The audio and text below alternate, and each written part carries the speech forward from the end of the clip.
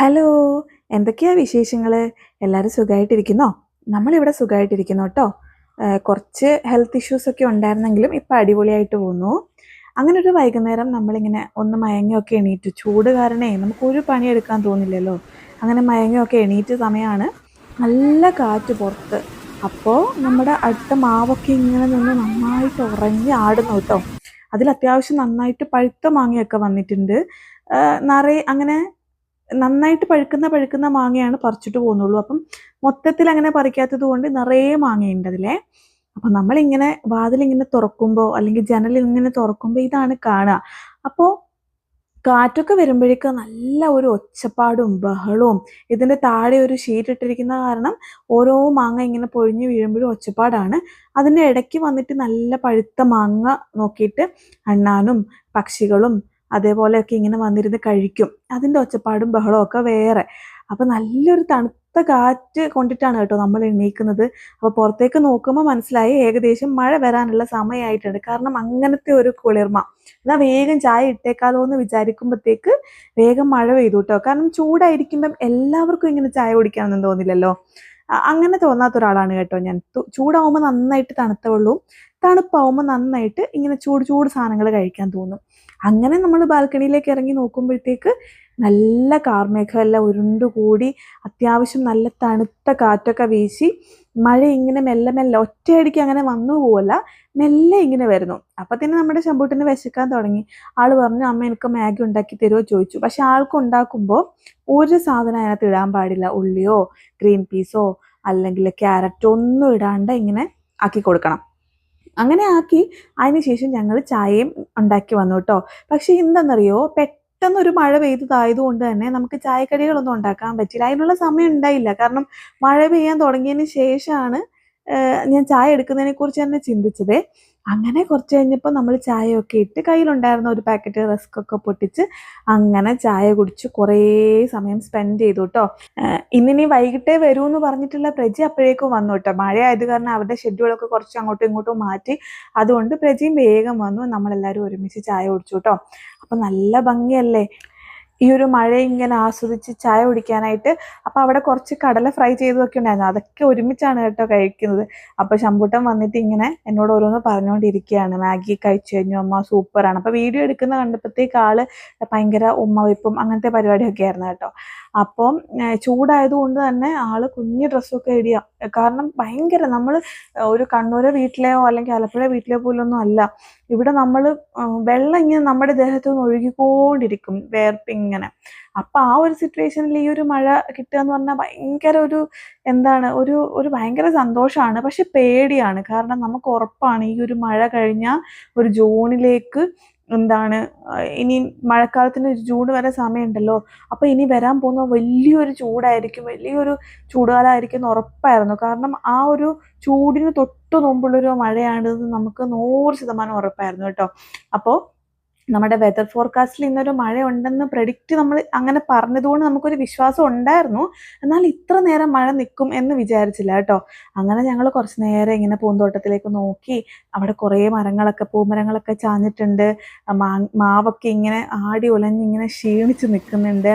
അങ്ങനെ പെട്ടെന്ന് തോന്നി, എന്നാൽ പിന്നെ ഇവരുടെ രണ്ടുപേരുടെയും ദേഹത്ത് ചൂടൂരും ഉണ്ട്, എന്നാൽ നിങ്ങൾ നനയുന്നോന്ന് ഒരു വാക്ക് ചോദിച്ചതും ശംഭു ഒരു വഴിക്കൂടെ ഇറങ്ങി ഓടി, പ്രജി ഒരു വഴിക്കൂടെ ഇറങ്ങി ഓടി. എന്നാൽ പിന്നെ വെറുതെ പോയി മഴ നനയുണ്ടല്ലോ, ഉള്ള സമയത്ത് കാറ് തുടച്ചേക്കാന്നായി പ്രജി.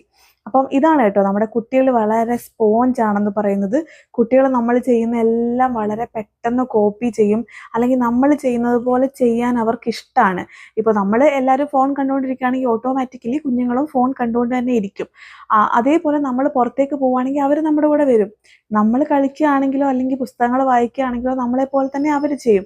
അപ്പം ഞാൻ 2 ദിവസമായിട്ട് പ്രജിയോട് പറഞ്ഞുകൊണ്ടിരിക്കുകയാണ്, കാറ് തുടയ്ക്കും ഇല്ലെങ്കിൽ ഞാൻ പോയി തുടയ്ക്കും എന്ന്. പക്ഷേ പ്രജിക്ക് തീരെ സമയം ഉണ്ടായില്ല, അതുകൊണ്ട് തുടയ്ക്കാൻ പറ്റില്ല. അപ്പം ഇന്ന് പറയുകയാണ്, നന്നായില്ലേ ഞാൻ അന്ന് തുടയ്ക്കാഞ്ഞത്, ഈ മഴ പ്രതീക്ഷിച്ചിട്ടാണ് ഞാൻ തുടയ്ക്കാഞ്ഞെന്നൊക്കെ പറഞ്ഞ് എന്നെ ഇതാക്കുകയാണ്. ഞാൻ മുകളിൽ തന്നെ നിൽക്കുകയാണ് കേട്ടോ, മഴയും കണ്ടുകൊണ്ട്. അപ്പോൾ നമ്മുടെ കാറിനകത്തെ ആ ചൂടിൻ്റെ ആ ഒരു ആവിയാണ് പ്രജി പറയുന്നത്. മറ്റേ അകത്തിങ്ങനെ കുമിർച്ചയായിരിക്കും, പുറത്ത് മഴ പെയ്യുമ്പോൾ ഒരു നീരാവി അടങ്ങിയിട്ട് അങ്ങനെ. അപ്പോൾ പ്രജു ഇങ്ങനെ തുടച്ചുകൊണ്ടിരിക്കുമ്പം ശമ്പുട്ടൻ എന്താ പോയിട്ട് പറയുകയാണ്, എനിക്കൊരു തുണി തരുമോ അച്ഛാ, ഞാൻ ബൈക്ക് തുടയ്ക്കാന്നൊക്കെ പറഞ്ഞ് പ്രജി തുടച്ചുകൊണ്ടിരുന്ന തുണി പോയിട്ട് മേടിച്ചിട്ട് ഷാമ്പു പോയിട്ട് തുടയ്ക്കുകയാണ്. ഇതാണ് ഞാൻ പറഞ്ഞത് നേരത്തെ സ്പോഞ്ച് എഫക്റ്റ്. നമ്മൾ എന്ത് ചെയ്യുന്നോ അതാണ് നമ്മുടെ കുട്ടികൾ ചെയ്യുക. നമ്മൾ വീട്ടിൽ മറ്റൊരാളെ ഒരു എക്സാമ്പിൾ പറയുകയാണെങ്കിൽ നമ്മൾ നമ്മുടെ കുട്ടിയോട് നല്ലതൊക്കെ പറഞ്ഞു കൊടുത്തിട്ട് കുട്ടികളുടെ മുമ്പിൽ വെച്ച് തന്നെ നമ്മൾ മറ്റൊരാളുടെ കുറ്റം പറയുകയാണെങ്കിൽ അത് അവർക്ക് നമ്മളോടുള്ള വില അവരറിയാതെ തന്നെ പോവും. അതേപോലെ അവർക്ക് മറ്റുള്ളവരെ കളിയാക്കാനും കുറ്റം പറയാനും ഉള്ള അവരുടെ ഒരു കോൺഫിഡൻസ് കൂടുകയാണ്. അവർ പറയും എൻ്റെ അച്ഛനും അമ്മയും ഇങ്ങനെയാണല്ലോ. അതേപോലെയാണ് നമ്മൾ തെറ്റ് ചെയ്തിട്ട് കുട്ടികളുടെ മുമ്പിൽ നമ്മൾ എത്ര നല്ലവരാവാൻ ശ്രമിച്ചാലും അവർ നമ്മളുടെ മുമ്പിൽ അതിന് ശ്രമിക്കുക പോലും ഇല്ല. കാരണം അവർക്കറിയാം നമ്മൾ ഇങ്ങനെയാണല്ലോ, അപ്പം എൻ്റെ അച്ഛനും അമ്മയും ഇങ്ങനെയാണല്ലോ, അതുകൊണ്ട് എനിക്ക് അങ്ങനെ ആയാൽ എന്താ കുഴപ്പം എന്ന് അവർ തിരിച്ചു ചോദിക്കും. അതിനുള്ള കുറേ എക്സാമ്പിൾസ് കുറേ ദിവസങ്ങളായിട്ട് നമ്മൾ കാണുന്നുണ്ട് കേട്ടോ. കാരണം നമ്മൾ കുട്ടികളോട് നല്ല വഴിക്ക് വരണം എന്ന് പറഞ്ഞു കൊടുക്കുന്നുണ്ടാവും. പക്ഷെ നമ്മൾ പറഞ്ഞു കൊടുക്കുന്നതിനെക്കാട്ടിലും കൂടുതൽ അവർക്ക് മനസ്സിൽ പതിയുന്നത് നമ്മൾക്ക് മറ്റുള്ളവരോടുള്ള ആറ്റിറ്റ്യൂഡ് എന്താണെന്നാ. ഞാനിത് പറയാൻ കാരണം എൻ്റെ ഒരു ഫ്രണ്ട് വിളിച്ചിട്ട് ഇങ്ങനെ പറയായിരുന്നു, എടാ നാട്ടിലെ വെക്കേഷനായി, കുട്ടികളെയും കൊണ്ടുള്ള തൊല്ല സഹിക്കാൻ വയ്യ, എന്തെടുത്താലും കുറ്റം, എന്തെടുത്താലും സംശയം, എന്തെടുത്താലും തറുതല, അല്ലെങ്കിൽ എന്തു പറഞ്ഞാലും അവർ നമ്മളെ ഇങ്ങനെ പേടിപ്പിച്ചുകൊണ്ട് വരികയാണ്. ചെറിയ മക്കളാണെങ്കിൽ പോലും അവർ നമ്മളെ ഇങ്ങനെ ഉപദേശിക്കാൻ വരികയാണ്, പേടിപ്പിക്കാൻ വരികയാണെന്ന്. അപ്പം നമ്മൾ കുഞ്ഞുങ്ങളെ പേടിപ്പിച്ച് ഓരോ കാര്യങ്ങൾ ചെയ്യുകയാണെങ്കിൽ ഉറപ്പായിട്ടും അവർക്ക് അങ്ങനെ ഒരു അവസരം വരുമ്പോൾ ഇങ്ങോട്ട് പേടിപ്പിക്കും. അതേപോലെ വേറൊരു ഫ്രണ്ട് പറയുമായിരുന്നു, നമ്മളിങ്ങനെ സർവീസിൽ ഇങ്ങനെ അച്ഛനും അമ്മയും കുട്ടികളും മാത്രമായിട്ട് ഉള്ളായിരുന്ന സമയത്ത് കുഞ്ഞുങ്ങൾ നന്നായിട്ട് അനുസരിക്കുകയായിരുന്നു. പക്ഷെ കുറച്ചങ്ങോട്ട് ചെന്നിട്ട് അപ്പൂപ്പൻ്റെയും അമ്മൂമ്മയുടെയും ഒക്കെ എടുത്ത് വെക്കേഷൻ്റെ സമയത്ത് പോയി നിൽക്കുമ്പോഴത്തേക്ക് അവർക്കൊരു ഫ്രീഡം കിട്ടിയ പോലെ അപ്പൂപ്പനും അമ്മമ്മയും ഇഷ്ടംപോലെ ടോയ്സ് കൊടുക്കുന്നു, ഫോൺ കൊടുക്കുന്നു, അങ്ങനെ വേണ്ടിയ ജങ്ക് ഫുഡ് എല്ലാം മേടിച്ചു കൊടുക്കുന്നു. അപ്പോൾ എല്ലാവരുടെയും മുമ്പിൽ അച്ഛനും അമ്മയും കുറ്റക്കാരാവുന്നുണ്ട് അല്ലേ? അതായത് അച്ഛനും അമ്മമ്മയും എനിക്ക് തരുന്നുണ്ട്, അപ്പം പിന്നെ അച്ഛനും അമ്മയും തന്നില്ലല്ലോ, അതുകൊണ്ട് അവർ മോശം, അച്ഛനും അമ്മമ്മയും അല്ലെങ്കിൽ അപ്പൂപ്പനും അമ്മമ്മയും നല്ലത് എന്നൊരു തോന്നൽ വരുന്നുണ്ട് എന്നൊക്കെ ഞങ്ങളിങ്ങനെ ഡിസ്കസ് ചെയ്തു കേട്ടോ. ഈ പറഞ്ഞതിൻ്റെ ഇടയ്ക്ക് പ്രജി ഇങ്ങനെ പറയുമായിരുന്നു, ഞങ്ങൾ രണ്ടുപേരും പുറത്തുനിന്ന് മഴ നനഞ്ഞിട്ട് നീയും വായോന്ന്. അപ്പം ഞാൻ പറഞ്ഞേ, ഞാൻ ഈ താഴെ പോയി കിടന്ന് മഴ നനഞ്ഞാൽ ആൻറ്റി അങ്കിളൊക്കെ എന്ത് വിചാരിക്കും, എനിക്ക് ഭ്രാന്താന്ന് വിചാരിക്കൂലേ? അപ്പോൾ പ്രജി പറഞ്ഞു, വായോ നമുക്ക് ടെറസിൽ പോവാം, എന്നിട്ട് കുറച്ചു നേരം കളിച്ചിട്ടൊക്കെ വരാമെന്ന് പറഞ്ഞു. അങ്ങനെ ഞാൻ ടെറസിലെത്തി ശംഭുവിനെ എത്തിച്ചിട്ട് താഴേക്ക് പ്രജിനെ നോക്കുമ്പോൾ കാണുന്നില്ല. പ്രജി അപ്പം തന്നെ തുടയെല്ലാം കഴിഞ്ഞിട്ട് നമ്മുടെ അടുത്തേക്ക് എത്തി. അങ്ങനെ ഞങ്ങൾ 3 പേരുടെ കുറേ സമയം അവിടെ കളിച്ച് മഴ തീരുന്നേടം വരെ അവിടെ കളിച്ചു നിന്നു. അങ്ങനെ എത്ര സമയം എങ്ങനെയെന്നൊന്നുമില്ല, കുറേ നേരം അങ്ങനെ കളിച്ചു നിന്നു. മഴയെല്ലാം തോരാറായപ്പോഴത്തേക്ക്, അതായത് പെട്ടെന്ന് മഴ തോർന്നു. ആകെ അരമണിക്കൂർ 3/4 മണിക്കൂറോളം, ഓൾമോസ്റ്റ് 1 മണിക്കൂറോളം ആ മഴ പെയ്തു കേട്ടോ. ആ ഒരു മണിക്കൂറും ഇവർ മഴ നനഞ്ഞു. നല്ല ഇടിയും മിന്നലും ഒക്കെ ഉണ്ടായിരുന്നു കേട്ടോ, പറയാതിരിക്കാൻ വയ്യ. അപ്പോൾ കുറേ അങ്ങ് മഴ നനഞ്ഞ് ഇനി മഴ തോർന്നു, ഇനി മഴ ഉണ്ടാവില്ല എന്ന് ആ ഒരു സമയമായപ്പോഴത്തേക്ക് പ്രജു പറഞ്ഞു, എന്നാൽ വേഗം റെഡി ആവുകയാണെങ്കിൽ നമുക്ക് പോയി നോക്കാം, മൂവിക്ക് എന്തെങ്കിലും ടിക്കറ്റ് കിട്ടുമോ നോക്കാം എന്നൊക്കെ പറഞ്ഞു കേട്ടോ. അങ്ങനെ ഞങ്ങൾ താഴെ പോയിട്ട് വേഗം റെഡി ആവാമെന്ന് വിചാരിച്ചു. കാരണം കുറേ ദിവസമായി ഇങ്ങനെ ഒരു ഫ്രീ ഡേ കിട്ടിയിട്ടേ. നന്ദൂട്ടൻ തിരിച്ചു പോയിട്ടോ. നന്ദൂട്ടനുണ്ടായിരുന്നപ്പോൾ വരെ നമ്മളിങ്ങനെ വിചാരിക്കായിരുന്നു, ഒരു ദിവസം ഫ്രീ ഡേ കിട്ടിയായിരുന്നെങ്കിൽ കുറച്ച് നമുക്ക് അവനെ കൊണ്ട് പുറത്തൊക്കെ പോവായിരുന്നു. പക്ഷെ അവരൊരു ഡിസംബർ ജനുവരിയിൽ ഇവിടെ വന്നപ്പോൾ ഒരുവിധം എല്ലായിടത്തും കൊണ്ടുപോയി കാണിച്ചതാണ്. പിന്നെ ഇപ്പം എക്സാമിന് വേണ്ടി വന്നതുകൊണ്ട് കുറച്ച് പഠിക്കാനൊക്കെ ഉണ്ടായിരുന്നു. അപ്പോൾ അത് ഒറ്റ മഴ കഴിഞ്ഞപ്പോഴത്തേക്ക് കണ്ടോ, ഇവിടെ എല്ലാം ഫുള്ള് വെള്ളമായി. നമുക്ക് ടിക്കറ്റ് കിട്ടും എന്നുള്ള പ്രതീക്ഷയിലൊന്നും അല്ല പോകുന്നത്. പോരുന്ന വഴി നമ്മുടെ ഇവിടെ അമ്പലത്തിൽ ഇവിടെ താലപ്പൊലിയൊക്കെ ആയിട്ട് പോകുന്നു.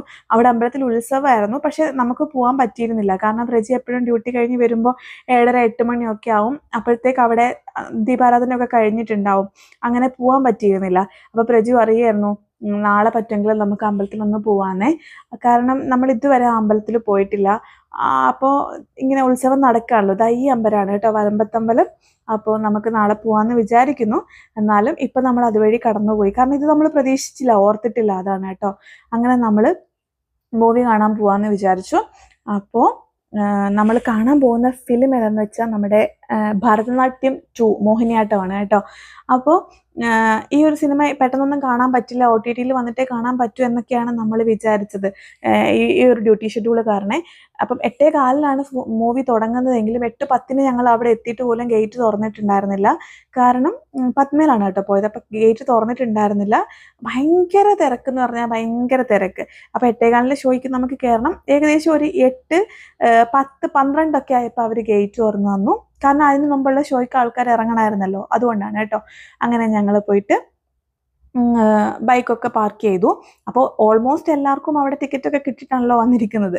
നമുക്കിനിയും കാണാൻ പറ്റുമെന്ന് ഉറപ്പില്ലാത്തതുകൊണ്ട് നമ്മൾ ഓൺലൈനൊന്നും ചെയ്യാണ്ട് ഇവിടെ വന്നു. അപ്പോൾ പ്രജി ടിക്കറ്റ് ബുക്ക് ചെയ്യാൻ പോയ സമയത്ത് ഞാനും ശമ്പൂട്ടിനും മെല്ലെ മെല്ലെ നടന്ന് അങ്ങോട്ട് ചെന്നു കേട്ടോ. അപ്പം എന്താണ് അകത്തെ കാലം കേട്ടാനൊന്നും തുടങ്ങിയിട്ടില്ല, ക്ലീനിങ് ഒക്കെ നടക്കുന്നേ ഉള്ളൂ. അപ്പം എപ്പം ഇന്ന് മഴ നനഞ്ഞിട്ട് വന്നതും കൂടിയിട്ട് ശമ്പൂട്ടൻ കുറച്ച് സ്വെറ്റ് ഷർട്ടൊക്കെ ഇട്ടിട്ടാണ് കേട്ടോ വന്നിരിക്കുന്നത്. അങ്ങനെ ഞങ്ങൾ ടിക്കറ്റൊക്കെ എടുത്ത് മൂവിക്ക് കയറി. അപ്പോൾ കുറച്ച് ഫോട്ടോസൊക്കെ ആയിരുന്നു നമ്മൾ എടുത്തു. അതിനുശേഷം മൂവിക്ക് കയറി. ഹൗസ് ഫുള്ളായിരുന്നു കേട്ടോ. നമുക്ക് ടിക്കറ്റ് അങ്ങനെ ഒരു 2-3 സീറ്റൊക്കെ കാലി ഉണ്ടായിരുന്നുള്ളൂ. അപ്പോൾ ഫസ്റ്റ് ഈ ഒരു ഭാഗത്തിനെക്കാട്ടിലും എനിക്ക് ഇഷ്ടപ്പെട്ടത് സെക്കൻഡാണ് കേട്ടോ. ഭയങ്കര കോമഡി, ഒരു ബ്ലാക്ക് ഹ്യൂമർ, അല്ലെങ്കിൽ അത് എന്താണ്, നമുക്ക് ചിരിക്കാനുണ്ട്. അത് വിഷമകരമായ സിറ്റുവേഷൻ ആണെങ്കിൽ പോലും നമ്മൾ ചിരിച്ചു പോകുന്ന ഒരു കുറേ കോമഡികളൊക്കെ എല്ലാവരും കണ്ടു കാണും, എന്നാലും നമുക്ക് ഇഷ്ടപ്പെട്ടു കേട്ടോ.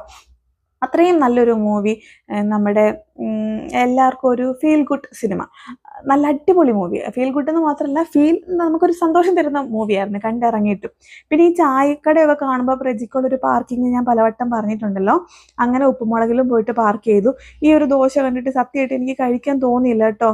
ഭയങ്കര തിരക്കാണ് അവിടെ, ക്യൂ നിന്നൊക്കെയാണ് മേടിക്കേണ്ടത്. അപ്പം ഞാൻ പറഞ്ഞു, പ്രജി എനിക്ക് വേണ്ട. എനിക്ക് അങ്ങനെ ചെറിയൊരു പ്രശ്നമുണ്ട് കേട്ടോ, മനസ്സിൽ ഇഷ്ടപ്പെടാത്തൊരു സ്ഥലത്തിരുന്ന് എനിക്ക് ഭക്ഷണം കഴിക്കാൻ പറ്റില്ല.